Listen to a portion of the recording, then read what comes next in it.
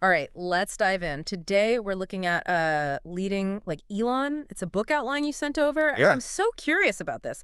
Elon Musk, I mean, Tesla, SpaceX, he's really shaking things up. Yeah. And you want to know, like, how does he lead? How does he make it all happen? Yeah. So what are some of the big things that stand out to you in this outline about his style? Well, right away, the outline really focuses on the importance of vision for Musk. Like a super clear and ambitious vision, not Mhm. just like setting goals, but creating this narrative that people can really latch onto and Yep. get inspired by. Like take Mhm. Tesla, for instance. Right. It's not just about, building cars. It's Yeah. about like this whole transition to sustainable energy. Right, right. And SpaceX, Yeah. they're not just launching rockets. All right. The goal is to make humanity multiplanetary. It's almost like these visions are bigger than just, a company mission statement. They Yes. tap into something much bigger, something that people connect with, employees and the public. Absolutely. And that's a huge lesson for any leader, right? Yeah. If you think about like your own work, Yeah. the projects you lead, what's that bigger picture? What gives meaning to what you're doing? Yay. How can you kind of articulate that vision Yeah. so that it really gets everyone on the same page? I love that. Now, the outline makes it clear that Musk isn't just like dreaming big and delegating, right? Right. Yeah. He's really hands-on. What are some of the examples of that really stuck out to you? Well, the book outline mentions how like deeply involved he was in the Model 3, the Tesla Model 3, Mm-hmm. like design and production, spending hours on the factory floor, even sleeping there, like during those crunch times. Wow. It's not typical for, someone at his level to be so like in the trenches. No, not at all. And he's like that at SpaceX too, really digging into the engineering details, pushing his teams to come up with innovative solutions. Makes you wonder, though, is that level of involvement sustainable, like long term? I mean, there's only so much time. That's the big question. And wouldn't it be better to empower teams to make those decisions on their own? Yeah, At some point. that's a balance, right? Like Yeah. knowing when to be hands-on and when Yeah. to delegate.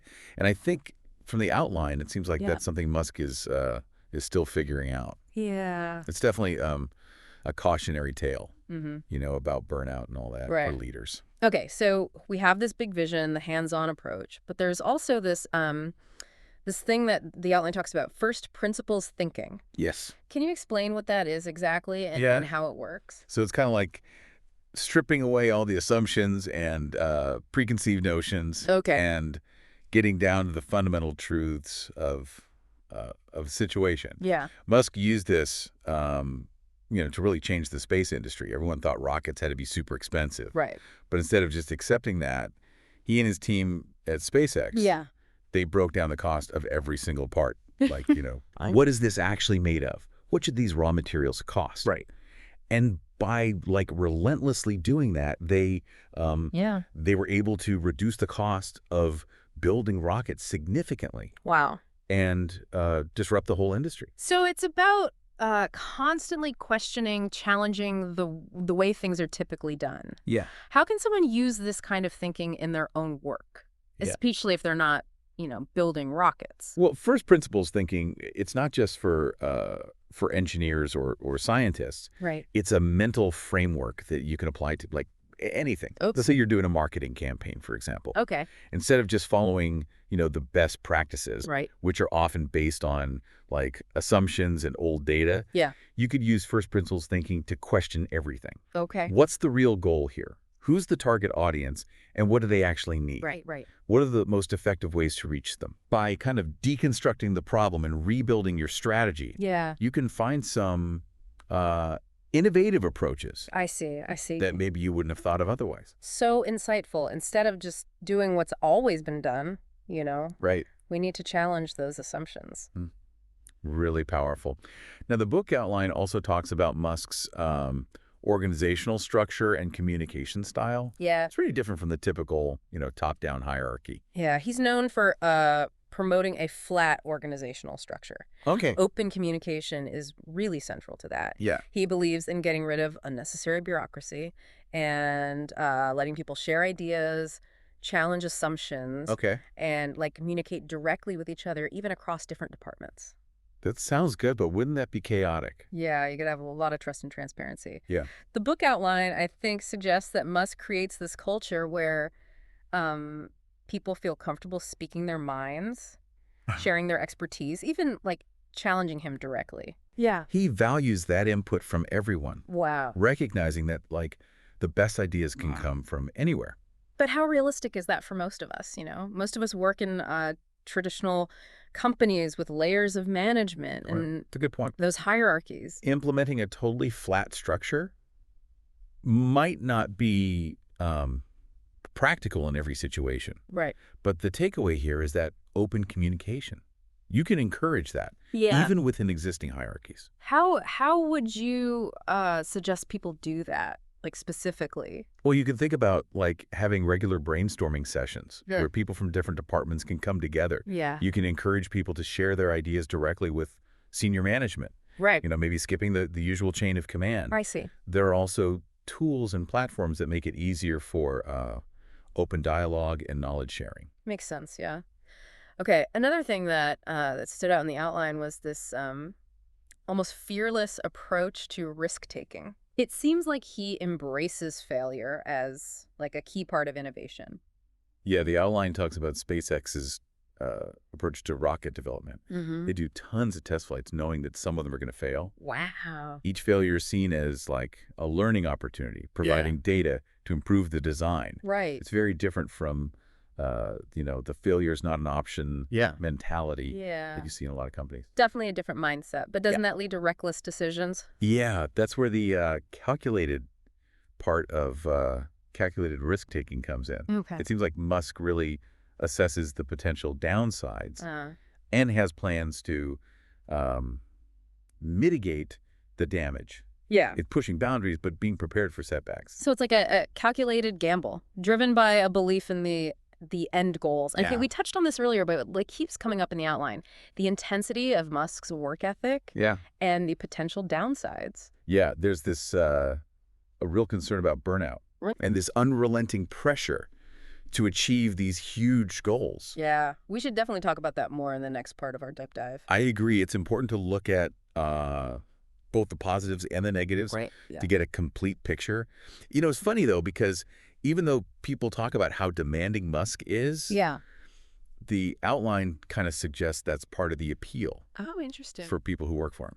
Like, everyone's united behind this huge mission, Right. Right. pushing boundaries, working towards something really extraordinary. It's that feeling of being part of something bigger than yourself. Yeah. But how do you get that kind of dedication without, Yeah, burning people out?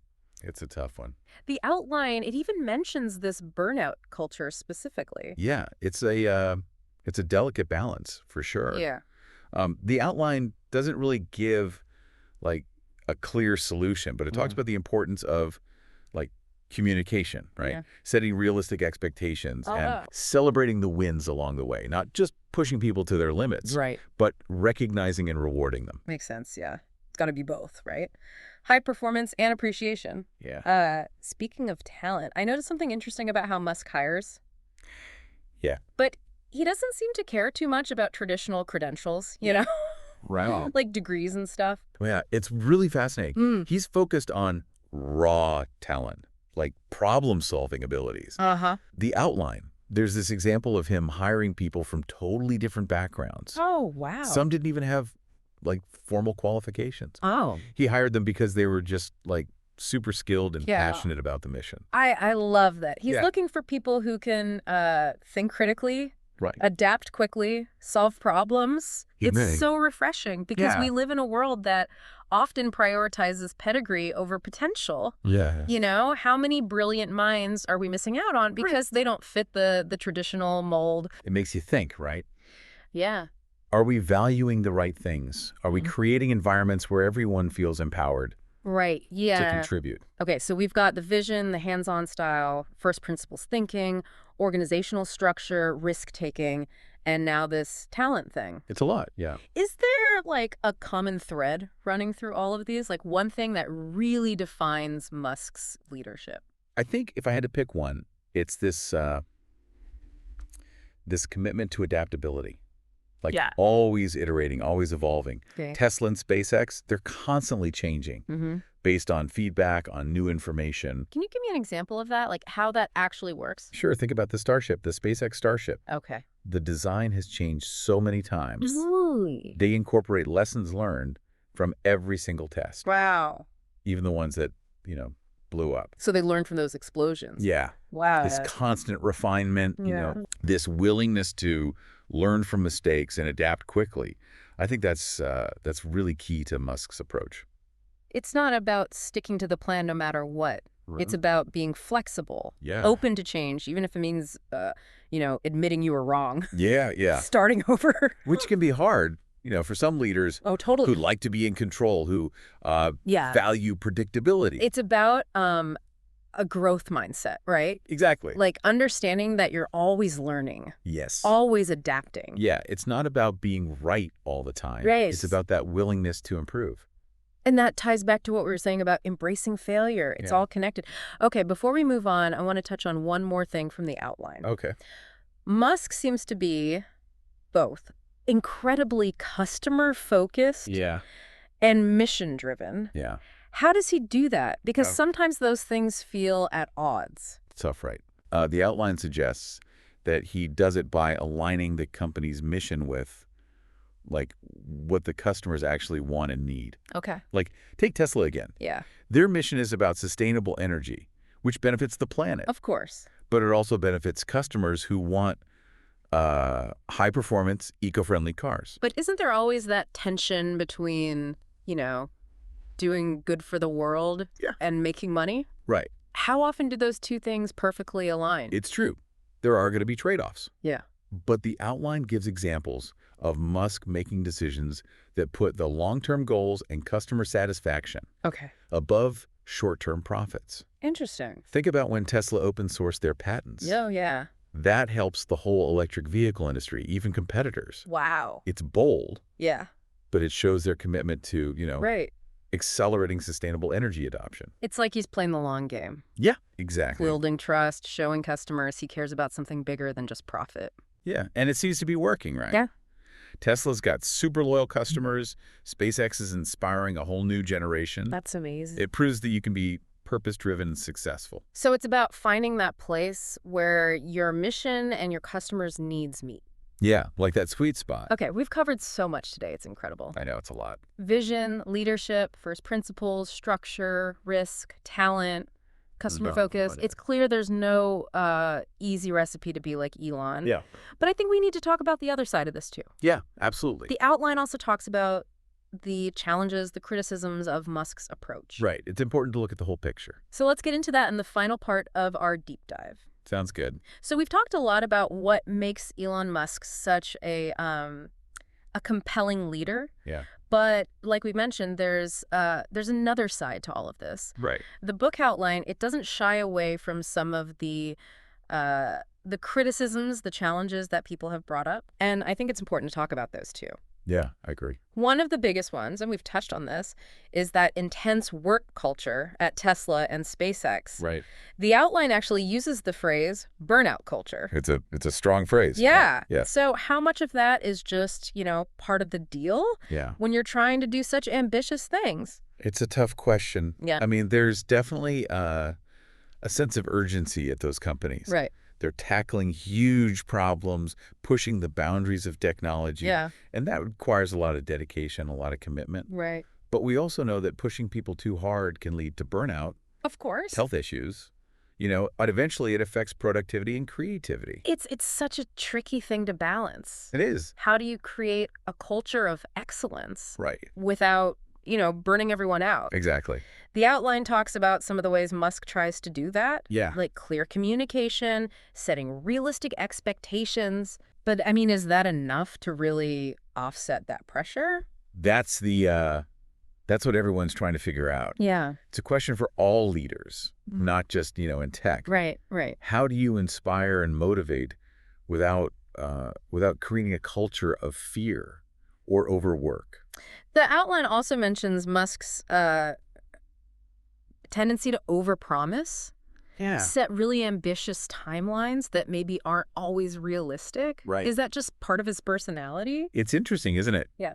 On the one hand, those ambitious goals, they can be super motivating. Right, they drive innovation. Yeah, but if you constantly miss those deadlines, Yeah. it can lead to disappointment, a loss of trust. It's funny because it kind of goes back to what we were talking about before, Huh. about adaptability. Right. Musk is willing to change course, to adjust as needed, Yes. but it seems like he often starts with goals that are, like, almost impossible to meet. Right. Is that intentional, or is it just, bad judgment? Hard to say. Maybe he uses those timelines to push his teams harder, Right. knowing that even if they don't hit the target, they'll still achieve amazing things. Right. Or maybe he's just overly optimistic. Yeah, it could be. I think the takeaway here is that transparency is really important. Totally. You got to be honest, even when things aren't going as planned.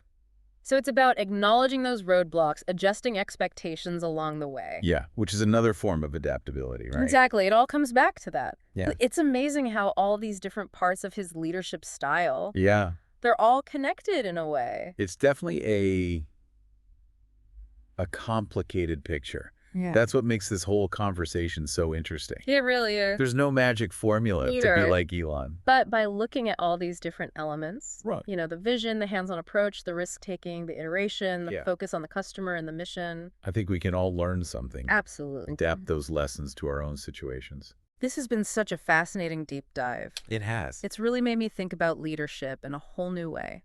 I'm glad. And who knows, maybe this will inspire some of our listeners to pick up the book. Yeah, leading like Elon. Explore these ideas even further. That would be great.